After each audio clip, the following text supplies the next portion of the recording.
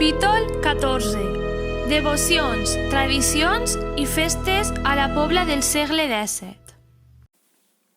En el siglo XVII la Pobla de Rugat se tradujo en el nacimiento y asentamiento de devociones religiosas, con sus tradiciones aparejadas, que en algunos casos han llegado hasta el siglo XXI y en otros han ido desapareciendo a lo largo de la historia. Hay que tener en cuenta que las devociones religiosas nacen en unas sociedades y momentos históricos determinados, y como las sociedades evolucionan, las devociones también. A fin y al cabo, la historia ha sido siempre comparada con éxito con el curso de un río, y ante todo se puede definir por su carácter absolutamente cambiante. Por ejemplo, las fiestas en honor a Sant Pere, que se celebraban en la Pobla con vaquillas y despertar, y que han desaparecido del calendario devoto, tradicional y festivo de la Pobla. En la imagen, una tradicional devoción a Sant Pere pescador en la Albufera de Valencia. En el siglo XVII se produjo el asentamiento de la Congregación de Mínimos de San Francisco de Paula, y de este modo la consolidación de dos cultos muy precisos. En el año 1626 el duque Carlos de Borja entregaba al convento la Heretat Osenia dels Frares, en la partida de Sarient, un terreno irrigado que seguramente otorgaría suficientes beneficios económicos a la congregación para conseguir un margen de liquidez que permitió la ampliación del convento después de su desplome. Como decía un documento de la època, lo dit convent té precisa necessitat i encara forçosa de reedificar un cuarto del dormitorio de dit convent sense construir, lo cual no poden viure ni habitar los frailes en aquell per ser lo puesto derruït.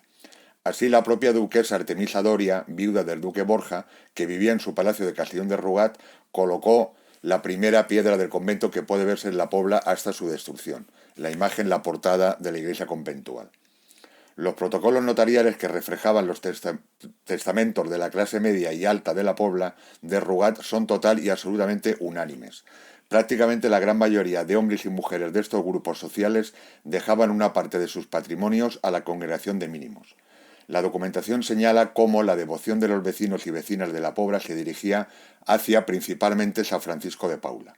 La Orden de los Mínimos era una orden mendicante que trataba de dar ejemplo social a través de una extrema sencillez, de hecho eran vegetarianos, y solidaridad con los más pobres. Además, San Francisco de Paula tenía fama de taumaturgo, de santo con capacidad para obrar milagros. De este modo, a lo largo del siglo XVII, la festividad de San Francisco de Paula se había convertido en el día más importante del calendario religioso de la Pobla de Rugat, después de Semana Santa o Navidad. Ese día, como sucede todavía en los pueblos en los que se ha conservado esta devoción, se celebraba obviamente la misa mayor y la procesión. La procesión guardaba una característica esencial que se conservó en la Pobla hasta que desapareció, después de haber sido dirigida por los hombres bautizados como franciscos. Recorría las calles situadas en el rabal del pueblo, fuera del casco urbano más histórico. Esto es, desde el convento hasta el carreró del Trinquet. Bajaba por el carrer Baix y subía de nuevo hasta llegar al carrer Convent, de ahí al carrer Sant Josep para desembocar en el convento. También se realizaba la calderada, que se repartía a los pobres, un plato compuesto por arroz, ajos tiernos y seguramente bacalao, así como una serie de dulces específicos de la ocasión como esponjados, bizcochos de almendra, azúcar y canela, azucarillos y peladillas, ya que solamente constan en los inventarios del convento para ese día. Por último, como muchos y muchas todavía vimos, una vez más otra tradición perdida, la muntà al xop. En la imagen, calderada en Viver, seguramente similar a la que se realizaría en la Pobla, y a la derecha una imagen de la fiesta del xop de los años 80. Esta talla en madera de San Francisco de Paula, que se puede ver en el altar mayor de la iglesia parroquial, pertenecía al convento. Está datada en el siglo XVII y la podemos ver anterior a su restauración. Por su tamaño ocupaba una hornacina, seguramente del altar mayor de la iglesia del convento. Sigue una iconografía prácticamente clásica de San Francisco de Paula. Es un anciano con una barba blanca, habitualmente larga, que simbolizan una serie de valores como la fuerza, el coraje o la sabiduría. Viste con el hábito de la orden, con un báculo característico de los eremitas y casi siempre caminando. La otra talla, a la derecha, también perteneció al convento, y guarda similar simbolismo en la línea de otros conventos mínimos valencianos. En esta aparece con el anagrama de la orden Charitas y el halo de santidad. También se constata una amplia devoción particular hacia la Virgen del Empeño, el lienzo que trajo el beato Gaspar de Bono al convento en 1603. La iglesia conventual también guardaba desde 1699 una reliquia, un hueso de San Desiderio. En este siglo nació una de las devociones y tradiciones más consolidadas en la historia de la Pobla. De hecho, ejerce su patronazgo. Se trata de San Blai, otro de los santos más difundidos por la geografía española. Al parecer, en agosto de 1624 se había declarado una epidemia, no solamente en la Pobla, que según el lenguaje de la época era una epidemia de garrotillo y otras anginas pútridas. Se denominaba garrotillo en referencia a que el enfermo moría al igual que una persona a la que se le aplicaba el garrotevil. Esta epidemia de garrotillo, en lenguaje científico, es una epidemia de difteria, que ataca habitualmente a niños menores de 5 años y a adultos mayores de 60 y que termina por ahogar a la persona enferma en unas 24 horas. La enfermedad empezó a azotar España desde finales del siglo XVI y fue muy virulenta durante el siglo XVII. La tradición indica, ya que no poseemos documentación directa de su mortalidad, que, como escribía el cronista Capsil en las efemérides de la parroquia, en toda la familia de la localidad hizo presa la epidemia, dejando siempre la providencia quien pudiese asistir a los enfermos, cayendo en camas unos y mejorándose otros. No hubo casa de la que no saliese un cadáver por lo menos. En esta imagen, aunque no se tituló así en un principio, este lienzo de Goya se conoce como el garrotillo y muestra a un enfermo de difteria. Como en todas las epidemias, los contagios van creciendo y desesperando a la sociedad, especialmente cuando se desconocen científicamente los mecanismos para combatir la epidemia. En las sociedades precientíficas se acudía siempre a favor divino. Primero se procesionaban los cultos mal venerados, esto es, lo que disponían de mayores posibilidades de éxito. En la Pobla, en un principio, procesionaron la imagen de la Mare Déu d'Agost, titular de la parroquia, y a San Francisco de Paula, pero sin resultados. Desesperados, los sacerdotes, autoridades y frailes mínimos, según la tradición, convocaron a los enfermos para que el 4 de septiembre, acabando la misa conventual, todo el mundo elija y haga elegir a los enfermos de su casa, grandes y chicos, el santo o santa de su devoción, poniéndolos en una boleta, y se meterá en un saco, y el primero que saliere quedará elegido por patrón de esta villa y abogado de la angina. En la imagen la Mare Déu d'Agost de la iglesia parroquial, esculpida después de la Guerra Civil. Según cuenta la tradición, un niño de 6 años, imagen de la inocencia, sacó una boleta en la que se podía leer Blas, obispo de Sebate. Como quiera que apareció el nombre de este santo 2 veces, se acordó ofrecer una ceremonia en su honor. Según cuenta la tradición, organizarse en el mismo día una rogativa procesión en honor del nuevo patrono. Pero como no había en la localidad imagen de escultura de San Blas, se utilizó una estampa del mismo, y para que pudiera ser vista fácilmente por todos, se colocó sobre las andas una barchilla boca abajo, y se sujetó la estampa por su borde inferior en la rendija o juntura de las 2 tablas del fondo de la barchilla. La imagen pasó por las puertas de las casas con enfermos y según la tradición se iban curando. Por ello San Blai se celebra 2 veces, el 4 de septiembre y su día el 3 de febrero. La elección de San Blai como patrón coincidió con el inicio del descenso del pico que toda epidemia conlleva. Desde el principio la fiesta de San Blai estaba organizada por un cravario elegido entre los hombres varones. El primero documentado en 1626 fue Miquel Navarro de Miquel. Como quiera que los gastos fueron superiores a los ingresos, el mismo Miquel Navarro abonó de su patrimonio la diferencia. El segundo conocido, en 1631, fue Josep Hortolà.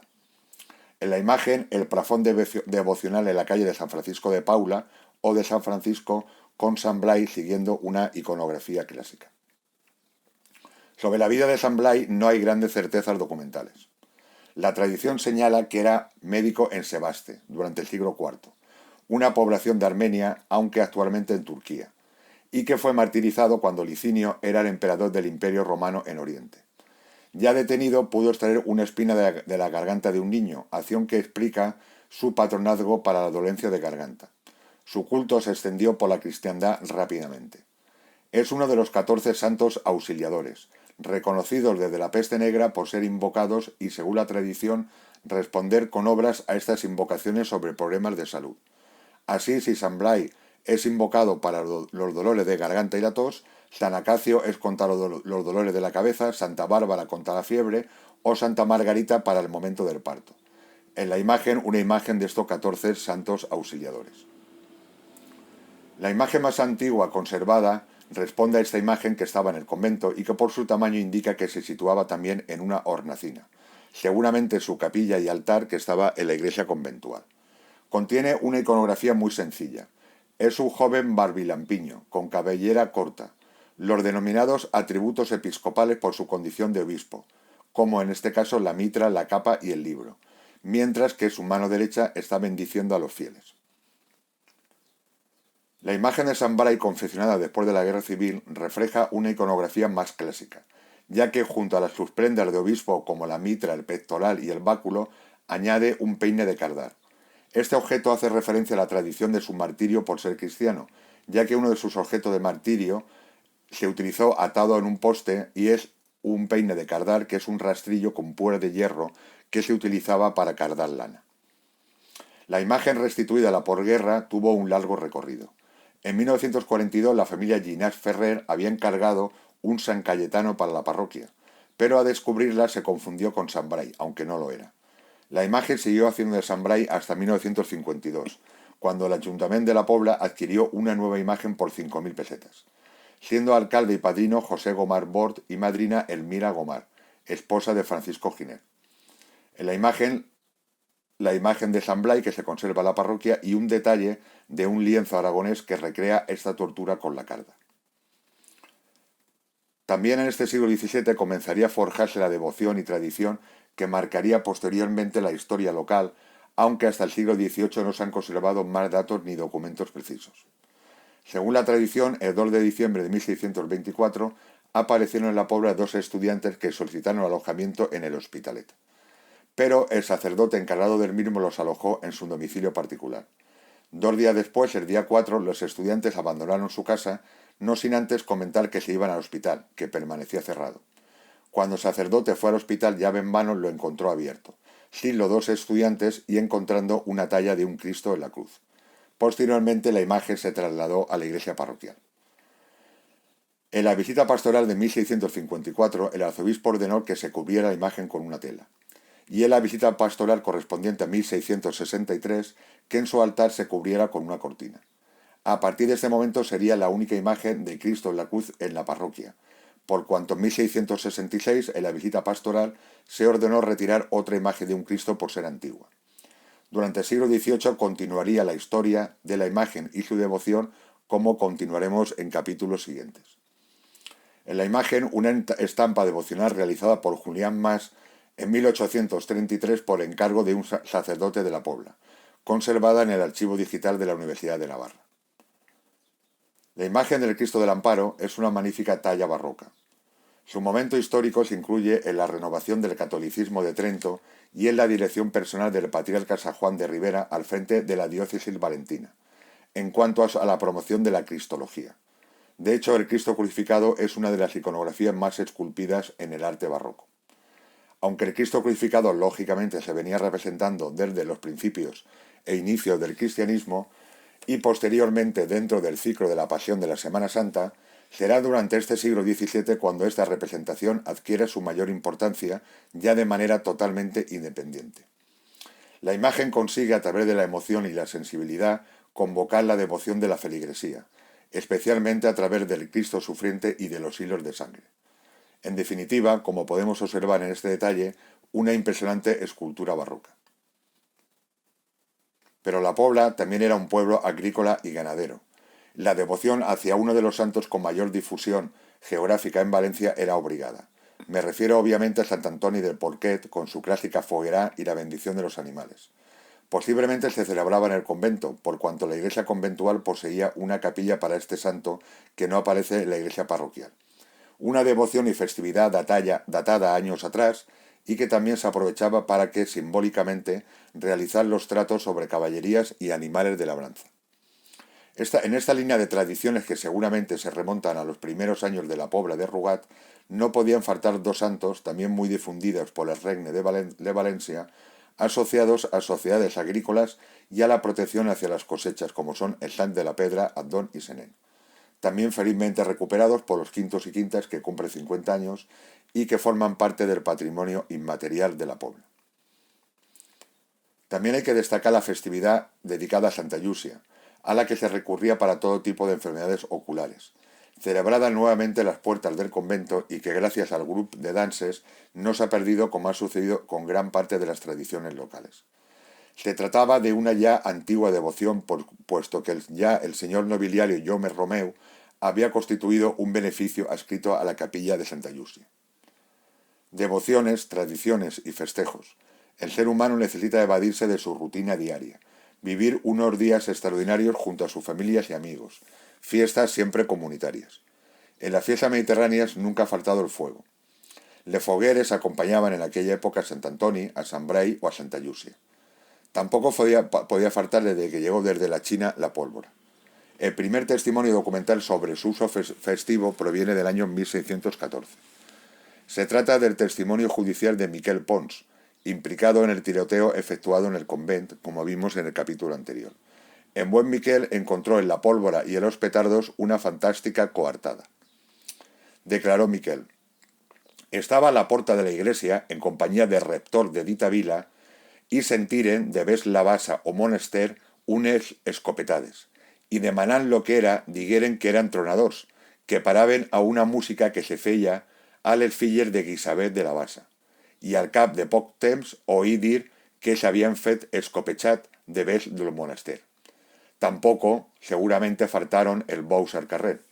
Como vemos en esta imagen, detalle de un torero en el cuadro Vista del Real Alcázar y entorno del puente de Segovia, ya en 1670, y una imagen de corridas de toros en la Plaza Mayor de Madrid. Fogueres, pólvora, pero falta algo. Obviamente, sense música no hi ha festa. No existían todavía las bandas de música, pero la música nunca faltó. En estos siglos, los únicos testimonios nos refieren a un grupo de jóvenes que realizaban la ronda a las chicas jóvenes. Así, en agosto de 1615, a las 10 de la noche, Francesc Bataller se topó en el carrer Baix con molts fadrins de la present vila que saben fent una música y sonaven y cantaven. Era una cuadrilla compuesta al menos por 5 jóvenes. Más tarde, en 1686, un cirujano de 24 años declaró que, en compañía de Josep Gomar y 4 fadils de Quatretonda, a la porta de Isidro Cucó, saben fent una música a la que seria les 12 de la nit poc més o menys.